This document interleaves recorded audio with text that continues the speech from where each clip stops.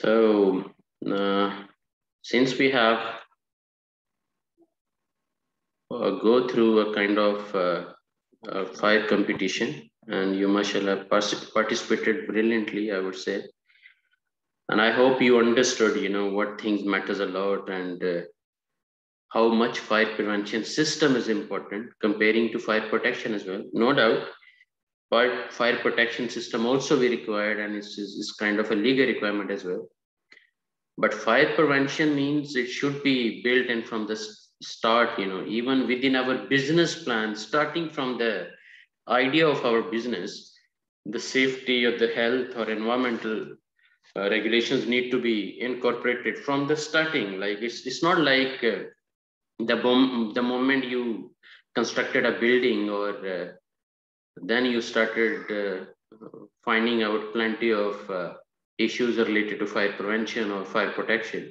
So it's all start from the start, like starting from the design and until you keep going on, and during your construction, your type of like the complete BOQ, the bill of quantity, you are using every sort of material by considering the safety regulations and especially the fire prevention regulations to make sure, there isn't any chance of fire. If there is any chance, still you have a much better protection system available. So as per NEBOSH theories, let's see in element 10 what they have guided us.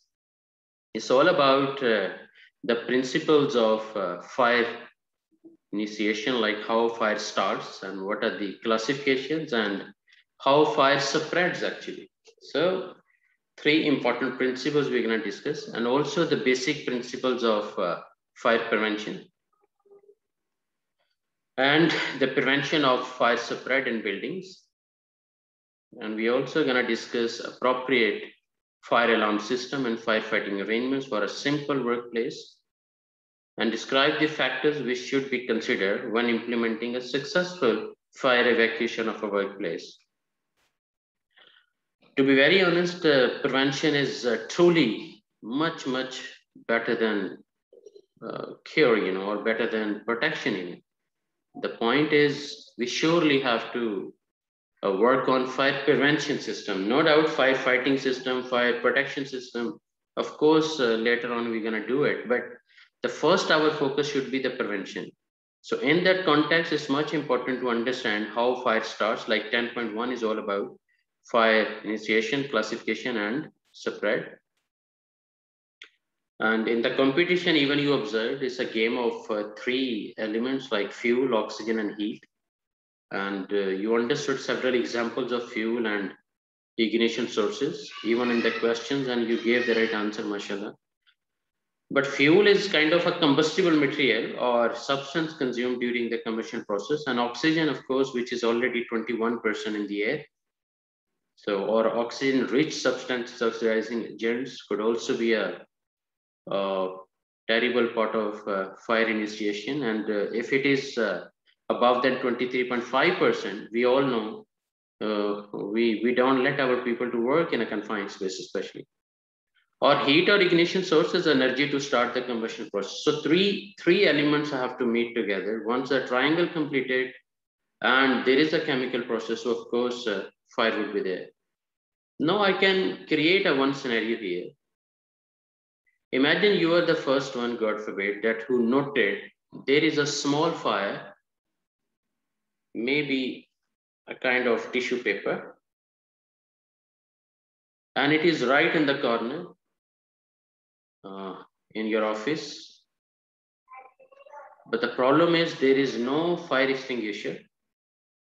I repeat again, there is no fire extinguisher, no fire blanket, no sand bucket. You don't have any jacket, no water is available.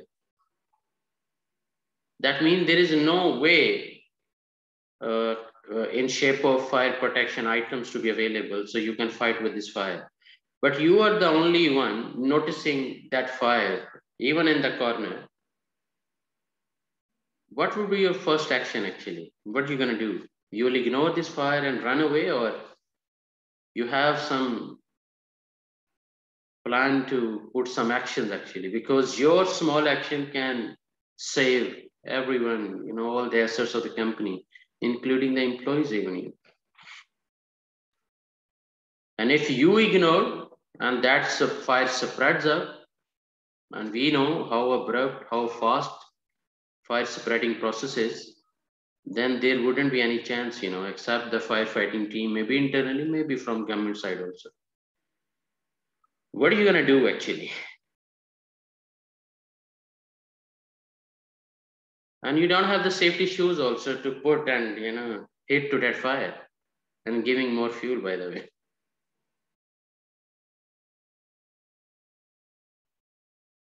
Yes, please. You got the point, or shall I repeat again actually? The fire is only belong to that tissue paper in a corner. No fire protection items are there. No extinguishing media is available. What would be your first source of action actually?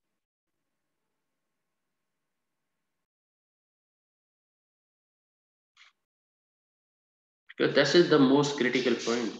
Sometimes small fire is there and people, they are not aware what actions they're going to take and they're going to keep safe everyone there, including the property of the company, even nearby communities as well. Yes, any one of you, please. Assalamu alaikum. You mean there is no fire extinguisher or something? Yani?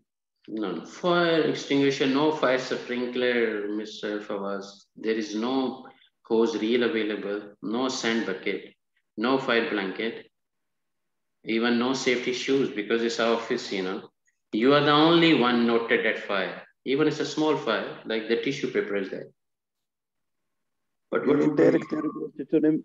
If you cannot make something, just report it to emergency service, to the fire team. Directly, they will take immediate action. Okay, so that is one opinion, Mashallah. This is one option, yani. Okay. If somebody that's hidden to know how to fight the fire or what to do, it's better to report directly. Okay, great opinion. Any other opinion, please? They will advise him about what he need to do in this case. Yes. Any other opinion, guys? Thank you, Mr. Fawaz. Yes, in addition to what Fawaz was talking about, we could also focus on elimination of the oxygen. If there is a way to cover that tissue by any way, this will help also to reduce the oxygen, and consequently, this will put down the fire. Okay, so that's a good option, because somehow or another we have to break that triangle, So one option Mr. Fawaz gave to report immediately. That is another good option. But you also mentioned, put or cover and have stop the oxygen actually, because oxygen is an important element. If you block and obstruct oxygen, of course, the triangle will be broke out and immediately fire will be finished actually. But the point is, what item you're gonna use to stop that oxygen? And that item is not available. That is what I told you. Because oxygen is already there everywhere. You can use a blank or something. Okay, not available.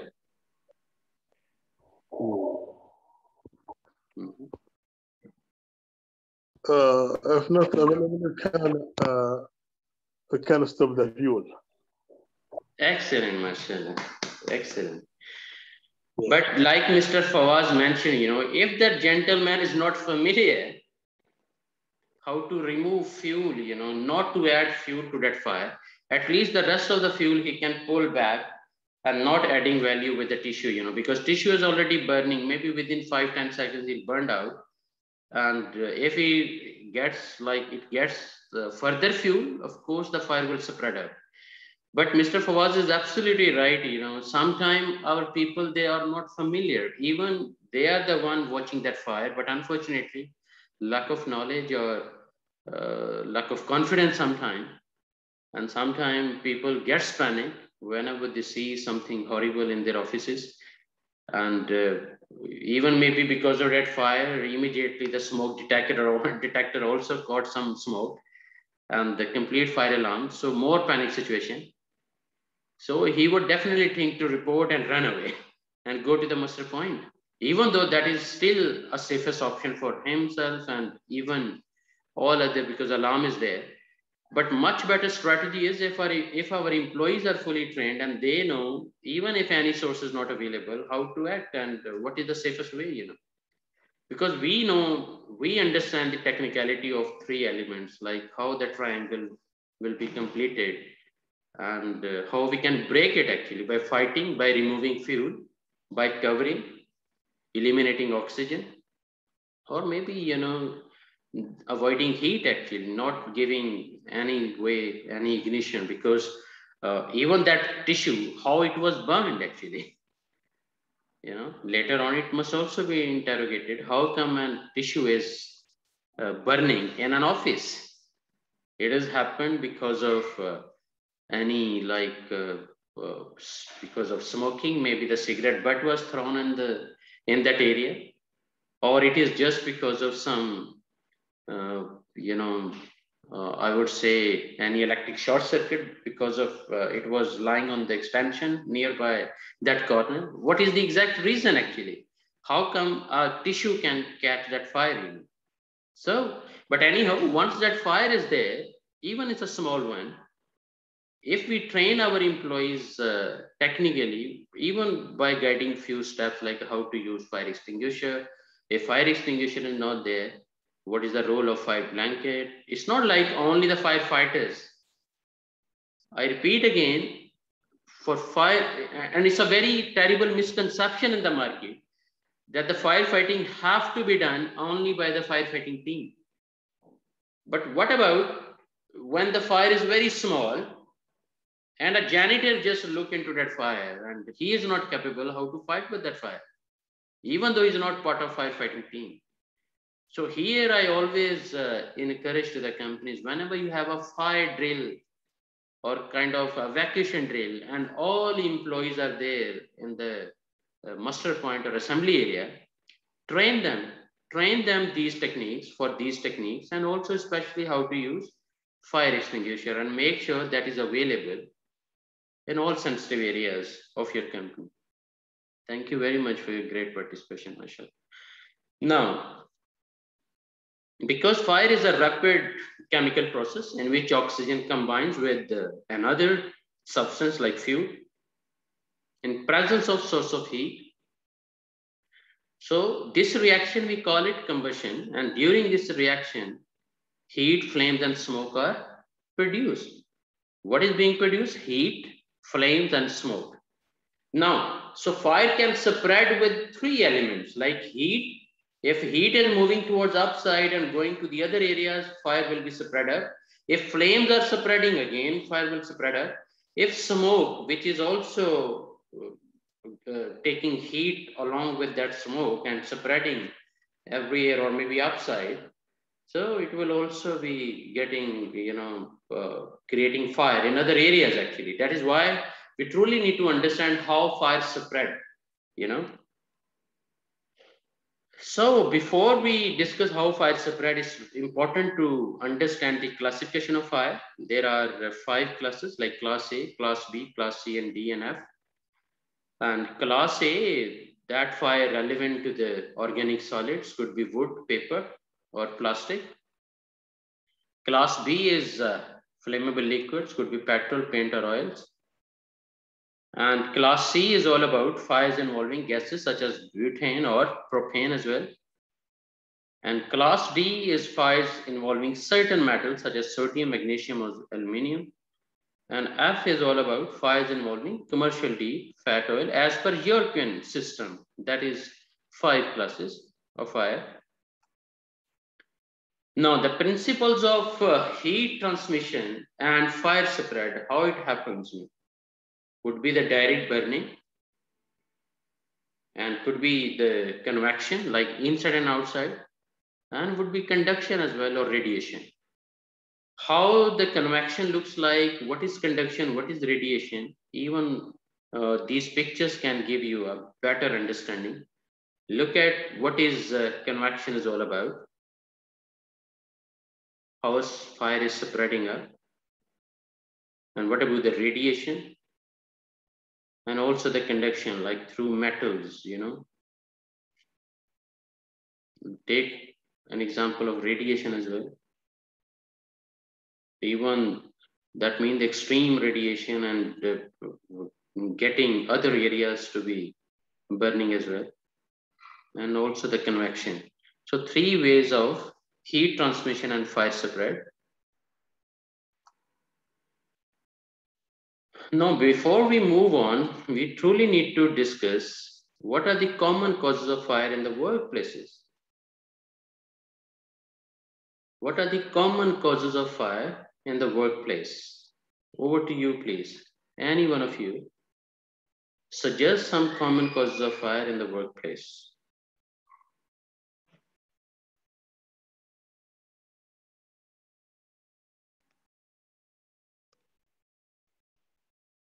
And I'm surprised sometimes we have millions of safety professionals, fire specialists, firefighters, you know, fire experts, a lot of public and private departments, especially the civil defense and shape of civil defense. But still fire incidents are happening. Every year, if you note down, even in 2020, how many fire incidents are happened already, even in 2021 actually. So one of the key areas is we truly need to understand what are the common causes of fire in the workplace. And those causes have to be eliminated or try to minimize the possibilities. That is why we start with fire risk assessment. And I hope you remember in the competition, we discussed how the fire risk assessment should be carried out. Yes, guys, as per your experience, I'm talking to your experience, not the bookish knowledge. What do you think? What are the common causes of fire in the workplace? Think about your processes, your activities, your areas, your departments, and the complexity and the sensitivity,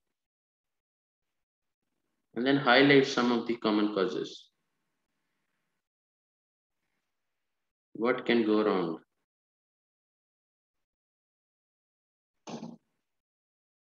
And unfortunately, several fire incidents happen intentionally just to get some insurance amount, you know, because the warehouse is insured or the company have fire insurance.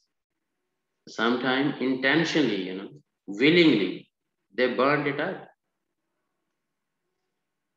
That is another chapter, but here we are talking about the common causes of fire in the workplace. Yes, guys, any one of you, please.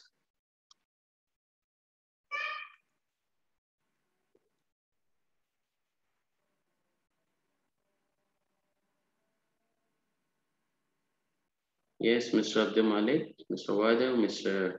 Fawaz. Any one of you, please. Mr. Muhammad, Mr. Abdul Salam. Please participate and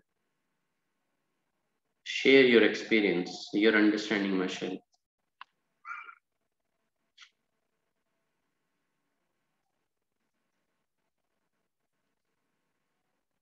In some companies, they have separate gentleman only as a fire safety inspector.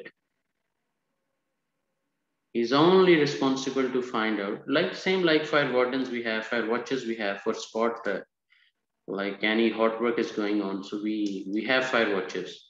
But several companies, they have separate fire inspection safety officer, you know, only he will be responsible to move on every area and find out if there is any reason of fire or any cause of fire proactively in advance, you know.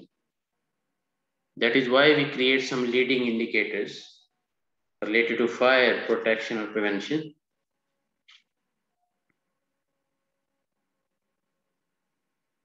Yes, any one of you, please. some common causes of fire in the workplace.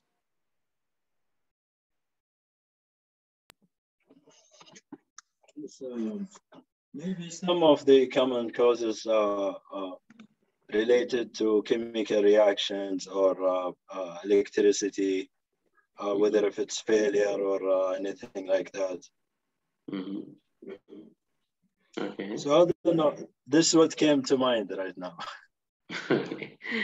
Thank you very much. Because, you know, afternoon, always you need some more efforts to bring your energy, especially after lunch. I totally agree. But, you know, one of the word Mr. Muhammad highlighted, the poor housekeeping. The most neglected area, especially I noted in construction industry. Even poor housekeeping and forests, you know. We go there, we enjoy parties, we have entertainment, and we throw garbage anywhere. We put fires, we cook different items, we enjoy food, meal, and everything. And later on, we have no realization how that fire is going to be spread out and going to be uncontrolled also. We have seen several incidents, even in Australia, even in some other part of the world.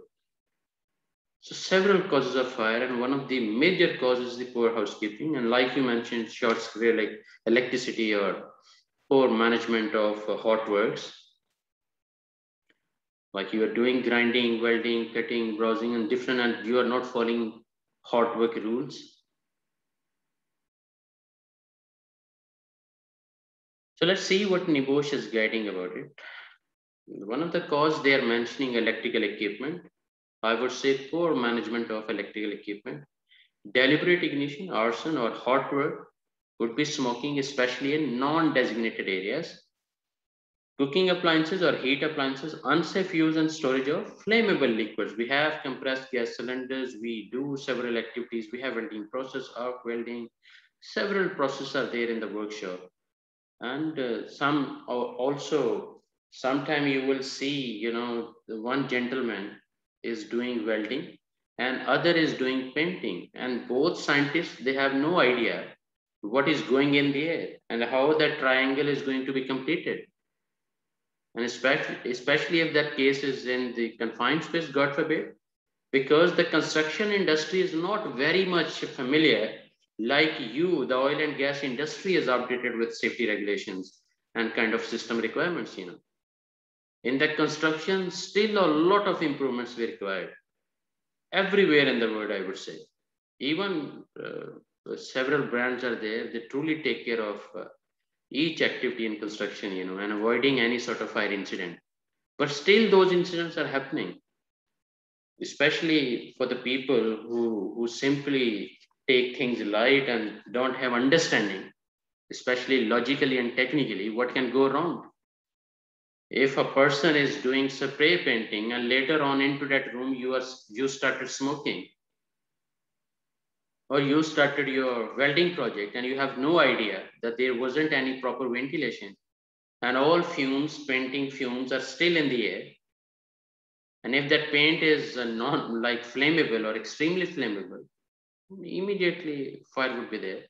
That is why Civil Defense of Saudi Arabia, even Madon, even FBD Fire Protection Division of Saudi Aramco, they all are working hard to make sure, you know, whatever we are buying, including exit doors or designing our chemical storage areas, or even using our wall paint, all are fire resistant materials.